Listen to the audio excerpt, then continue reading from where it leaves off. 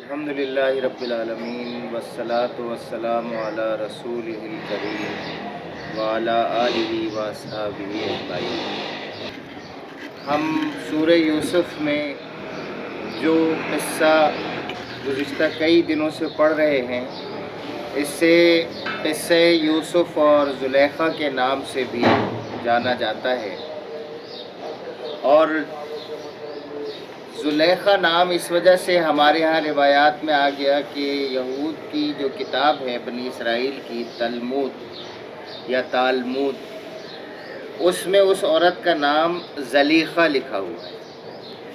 یہیں سے یہ نام مسلمانوں کی روایت میں مشہور ہو گیا، اور ہمارے ہاں عام طور پر یہ بات ایک ناول اور ایک افسانے کے طور پر مشہور ہو گئی، اور اس میں یہ بات بھی شامل ہو گئی کہ بعد میں اس عورت سے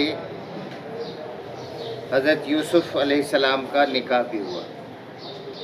یہ بالکل بے بنیاد اور غلط بات ہے، نہ قرآن مجید میں اس طرف اشارہ ہے، اور نہ بنی اسرائیلی روایات میں، نہ اسرائیلی تاریخ میں کوئی اس طرف اشارہ یا کوئی واقعہ ملتا ہے۔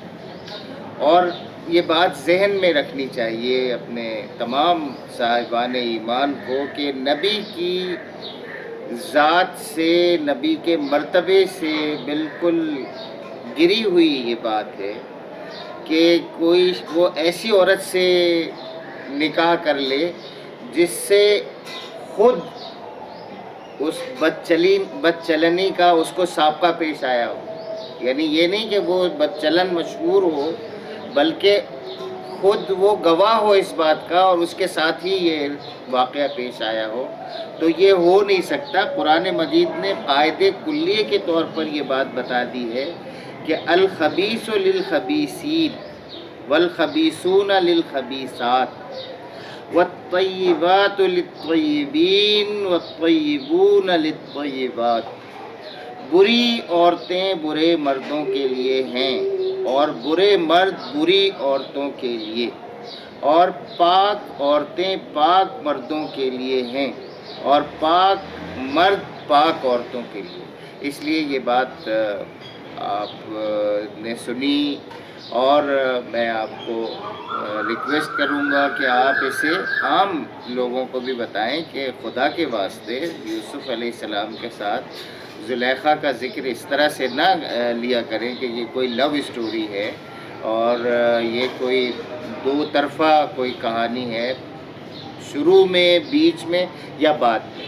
کوئی ایسی بات نہیں ہے۔ وہ ایک مجرمہ تھی، اور اس نے ظلم کیا حضرت یوسف علیہ السلام کے اوپر۔ پہلے تو اس نے ان کو، جو حضرت یوسف علیہ السلام نے جو ان کو مقام و مرتبہ دیا تھا، اپنے آپ کو گرا لیا۔ پھر حضرت یوسف علیہ السلام کو بھی برائی کی دعوت دی، ان کے بلند مقام سے نیچا کرنے کی دعوت دی۔ جب انہوں نے اس کو قبول نہیں کیا تو الٹا انہی کے اوپر الزام لگا دیا۔ جب ان کے اوپر الزام لگا دیا، اور خاندان جو گھر میں معاملہ رفع دفع کر دیا گیا، یہ کہہ کر کہ یہ ثابت ہو گیا کہ کوئی اقدام یوسف علیہ السلام کی طرف سے نہیں تھا، یہ اس عورت کی طرف سے تھا، یہ ثابت ہو گیا، تو معاملہ گھر میں ہی رکھا گیا، رفع دفع کر دیا گیا۔ نہ حضرت یوسف علیہ السلام کی گھر میں ملازمت پہ کوئی اثر ہوا، ان کی اثر و رسوخ میں، ان کے کام میں بھی کوئی فرق نہیں ہوا، اور وہ جو عورت تھی وہ بھی گھر میں اسی طرح سے، اور اس کا شوہر بھی گھر میں اسی طرح سے، ان کے رشتہ دار بھی سب خوش۔ وجہ یہ کہ جو اشرافیہ کا اس زمانے میں حال تھا وہ اتنا ہی ترقی یافتہ تھا جتنا آج کل کے لوگ چاہتے ہیں کہ جس درجے پہ ہم ترقی کر جائیں۔ لیکن اس کے بعد کیا ہوا؟ یہاں تو یہ طے ہو گیا، اور عزیز نے عورت سے یہ کہا کہ اے عورت، تو اپنے قصور کی معافی مانگ، تو ہی اصل میں خطا کار تھی۔ اب اس کے بعد یہ ہونا چاہیے تھا کہ ٹھیک ہے، اب وہ سدھر جاتی اور حضرت یوسف علیہ السلام کو اپنے بیٹے کے طور پر ہی قبول کرتی، یا کم سے کم ایک لائق فائق انسان کے طور پر اور ملازم کے طور پر قبول کرتی، اور یہ بات اس گھر کی چہار دیواری سے باہر نہیں نکلتی۔ لیکن کیا ہوا کہ یہ چرچا گھر کی دیواروں سے باہر نکل گیا۔ اب اس واقعے کا شاہد کون کون ہے؟ حضرت یوسف علیہ السلام، وہ عورت عزیز مصر، اور وہ شخص جو خاندان کا ہے۔ یہ 4 آدمی ہیں، اور بھی ہو سکتا ہے ایک آدھ ملازم ہو یا جو بھی ہو، لیکن یہ ان 4 کے علاوہ یہاں پہ نہیں آ رہا کوئی اور کیریکٹر۔ یہ چیز پھر بھی شہر میں پھیل گئی۔ شہر کی عورتیں، یعنی شہر میں جو ایلیٹ کلاس تھی، اس کی عورتیں آپس میں چرچا کرنے لگیں کہ عزیز کی بیوی اپنے نوجوان کے پیچھے پڑی ہوئی ہے۔ یعنی یہ بات جو شہر کی عام کلاس تھی، بڑی کلاس تھی، اونچی کلاس تھی، مرفع الحال لوگ تھے، ان کے گھر کی عورتوں تک پہنچ گئی۔ تو کہتی کیا ہے وہ کہ قد شغفہا حبا۔ یہ محاورہ اتنا یعنی شدت کو ظاہر کر رہا ہے کہ محبت نے اس کو بے قابو کر رکھا ہے۔ اور پھر وہ خود کہتی ہیں وہ عورتیں، اِنَّا لَنَرَاهَا فِي ضَلَالٍ مُبِينٍ۔ حالانکہ ہمارے نزدیک تو یہ ایک کھلی نادانی ہے، بے وقوفی ہے، غلطی کر رہی ہے۔ ان کا مطلب یہ نہیں تھا کہ یہ کام غلط ہے، بلکہ یہ تھا کہ عجیب عورت ہے، ایک غلام، ایک خریدے ہوئے لڑکے کے لیے جو ہے وہ پاگل ہو رہی ہے، اس سے محبت کر رہی ہے، نوکر سے، غلام سے، 3rd کلاس، تیسرے درجے کے بندے سے۔ یہ بالکل ایسے ہی ہے جیسے جو مشہور ہو جائے۔ تو ان کا کہنا یہ تھا، اِنَّا لَنَرَاهَا فِي ضَلَالٍ مُبِينٍ، ہمارے نزدیک تو وہ بڑی غلطی کر رہی ہے کہ ایک اس کلاس کی کے شخص سے، اتنے اعلیٰ وزیر کی، اتنے اعلیٰ عہدیدار کی بیوی ہو کر وہ اس کے عشق میں مبتلا ہو گئی۔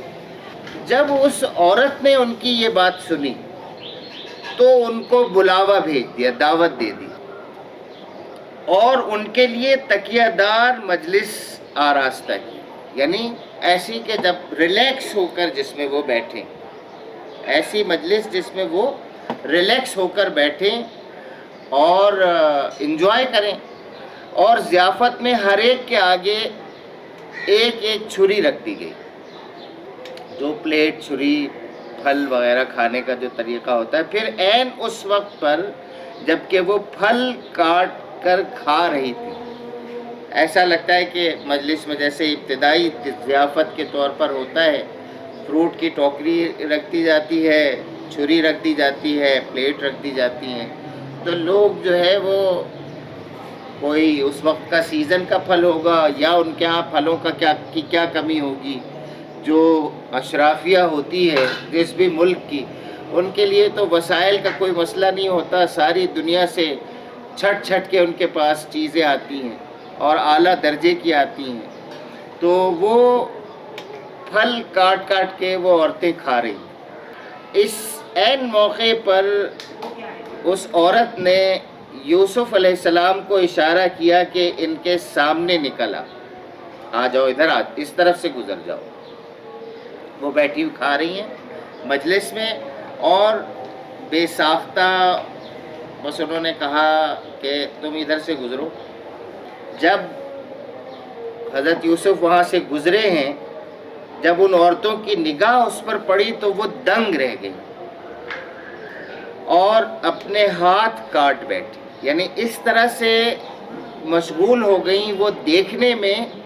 چھری تیز تھی، تیز ہوتی ہے عام طور پر اتنی کہ وہ لگ گئی، چھری پھل کے بجائے سائیڈ میں لگ گئی۔